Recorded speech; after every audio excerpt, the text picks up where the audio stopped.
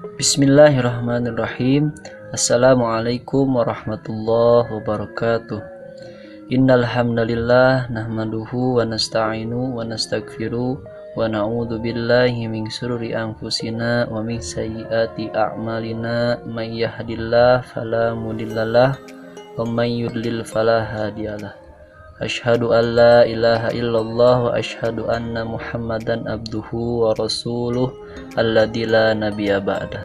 Pertama-tama saya ucapkan banyak terima kasih kepada Bapak dosen yang terhormat, yaitu Bapak Deden Najmuddin, dan juga tidak lupa kepada rekan-rekan yang selalu saya banggakan.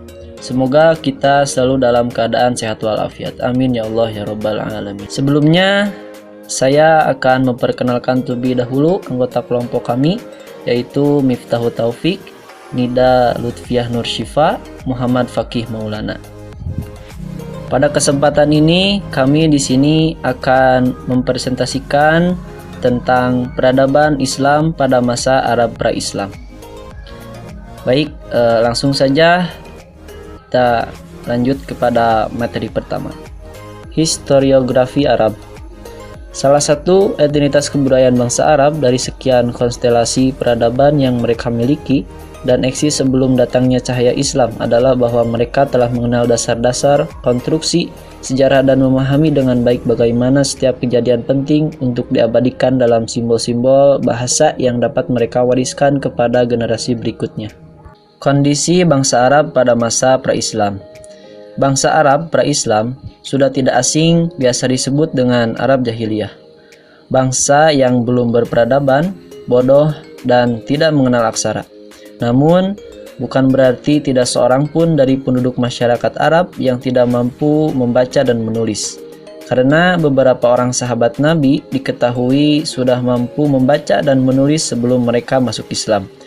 Ibnu Sa'ad mengatakan, bangsa Arab Jahiliyah dan permulaan Islam menilai bahwa orang yang sempurna adalah orang yang dapat menulis, berenang, dan melempar panah. Kondisi di bidang ekonomi bangsa Arab pada saat pra-Islam. Kondisi ekonomi bangsa Arab pada saat pra-Islam yaitu dengan cara bertahan hidup. Warga Arab Baduy menggantungkan sumber kehidupannya dengan beternak. Mereka hidup secara nomaden atau berpindah-pindah, sambil menggiring peternakannya mereka menuju ke daerah dengan curah hujan tinggi atau ke padang rumput. Kondisi politik bangsa Arab pada saat pra-Islam. Kondisi politik sebelum kedatangan Islam di masyarakat Arab diwarnai oleh intrik politik perebutan pengaruh di antara tiga kekuatan dunia. Pada saat itu, yaitu pertama Kristen Byzantium, berpengaruh kuat di sekitar Laut Merah bahkan sampai di Abyssinia. Kedua, Persia Zoroaster dengan ibu kota di Ctesiphon di Mesopotamia. Pengaruhnya mencapai sebelah timur Arabia dan sepanjang pantai selatan Yaman. Ketiga kerajaan Arab Selatan di bawah kekuasaan dinasti Himyar. Adapun faktor yang mempengaruhi kondisi politik bangsa Arab pada saat pra-Islam. Yang pertama, adanya persaingan dalam konteks keagamaan antara Kekaisaran Bizantium dan Persia. Dan yang kedua, lengsernya kerajaan Arab Selatan akibat beralihnya peta perekonomian ke Romawi. Baik, penjelasan selanjutnya akan dilanjutkan oleh Saudara Muhammad Fakih Maulana. Waktu dan tempat dipersilahkan. Terima kasih kepada moderator telah menyempatkan waktunya. Kondisi sosial budaya bangsa Arab pada saat pra-Islam.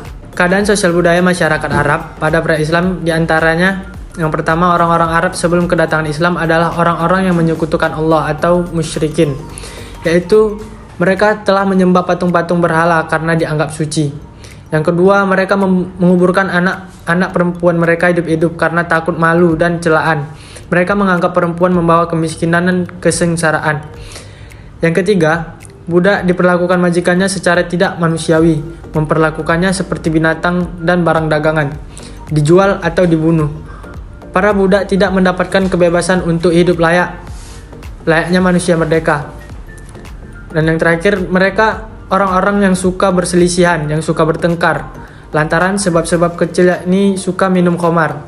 Segolongan dari mereka memerangi akan segolongannya. Selanjutnya, Arab saat kelahiran Islam.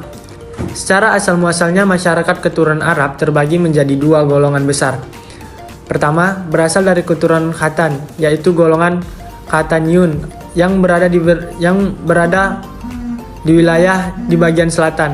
Yang kedua, dari keturunan Ismail bin Ibrahim, yaitu golongan Adnaniyun yang berada di wilayah bagian utara. Tetapi, dalam perjalanannya, kedua golongan ini saling berbaur akibat dari perpindahan penduduk jauh sebelum kedatangan Islam.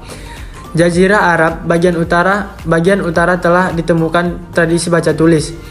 Tradisi baca tulis menulis di Jazirah Arab terus berlanjut sampai datangnya Islam. Terima kasih, selanjutnya saya kembalikan kepada moderator.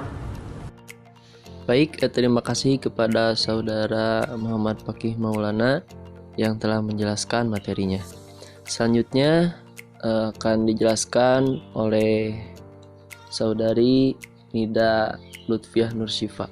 Waktu dan tempat dipersilahkan.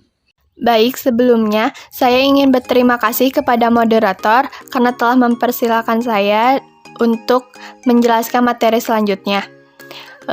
Di sini saya akan menjelaskan mengenai peristiwa Al-Ayyam. Ayyam Al-Arab berasal dari bahasa Arab yang berarti perang-perang antar kabilah-kabilah Arab. Di kalangan masyarakat Arab pra-Islam atau jahiliyah, sering terjadi konflik antara kabilah karena perselisihan dalam mencapai kepemimpinan, perebutan sumber-sumber air dan padang rumput untuk pengembalaan ternak. Konflik itu seringkali menyebabkan peperangan yang menumpahkan darah. Al-Arab merekam peristiwa-peristiwa atau peperangan-peperangan yang pernah terjadi antar kabilah atau antar suku. Adapun ciri-ciri khas Al-Ayyam sebagai karya sastra yang mengandung informasi sejarah, di antaranya 1. Perhatian khususnya terletak pada kehidupan masyarakat kabilah. 2. Pengubah syair-syair yang terdapat dalam kisah-kisah Al-Ayyam itu tidak dikenal lagi, sehingga riwayat atau kisah kabilah yang diturunkan secara lisan itu sudah menjadi milik bersama kabilah bersangkutan. 3. Kronologi peristiwa-peristiwa peperangan sangat ruwet, karena itu tidak dapat dikatakan sebagai sebuah karya sejarah. 4. Objektivitasnya diragukan. 5. Meskipun demikian, di dalamnya terdapat kebenaran faktual dan historis. Jika sebelumnya membahas mengenai ciri umum dari Ayyam Al-Arab, maka sekarang saya akan menjelaskan tentang ciri khas dari Ayyam Al-Arab. Ayyam Al-Arab mempunyai ciri tersendiri jika dibandingkan dengan karya sastra lain, yaitu bersifat pujian, ada yang bersifat hinaan, bersifat rayuan, dan fanatisme kabilah. Perang-perang yang terkenal dalam legenda dan syair-syair Arab pra-Islam. 1. Perang Al-Basus. 2. Perang Dahis dan Al-Gabra. 3. Perang Fujar. 4.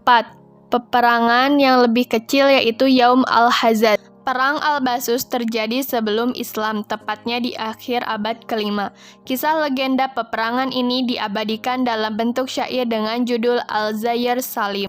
Perang Dahis dan Al-Gabra. Peperangan ini terjadi antara kabilah Abbas dan kabilah Zabian.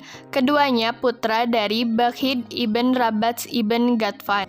Yaum atau peperangan Fujar yaitu peperangan yang terjadi pada bulan-bulan haram, yaitu Rajab, Zulqa'dah, Zulhijjah, dan Muharram antara kabilah-kabilah di Hijaz. Sedangkan peperangan yang lebih kecil yaitu ada Yaum Al-Hazaz, yaitu perang antar kabilah Rabi'ah dan Yaman.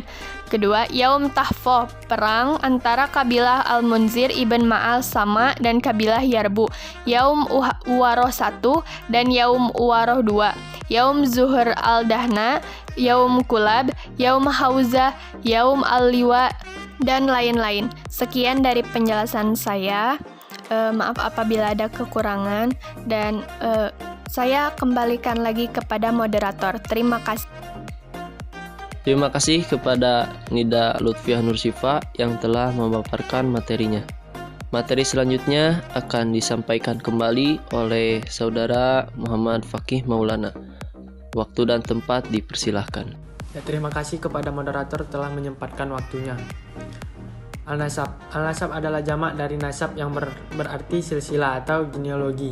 Sejak masa jahiliyah, orang-orang Arab sangat memperhatikan dan memelihara pengetahuan tentang nasab. Secara garis besar historiografi Islam al-nasab ini adalah historiografi yang berkenan kepada pengetahuan mengenai nasab atau keturunan masyarakat Arab pra-Islam. Terima kasih. Selanjutnya saya kembalikan kepada moderator. Terima kasih kepada saudara Muhammad Fakih Maulana yang telah memaparkan presentasi materi tersebut. Baik, mungkin cukup disekiankan presentasi dari kelompok kami. Saya sebagai moderator pamit undur diri. Mohon maaf bila ada kesalahan atau tutur kata. Terima kasih kepada rekan-rekan yang telah menyaksikan presentasi kelompok kami.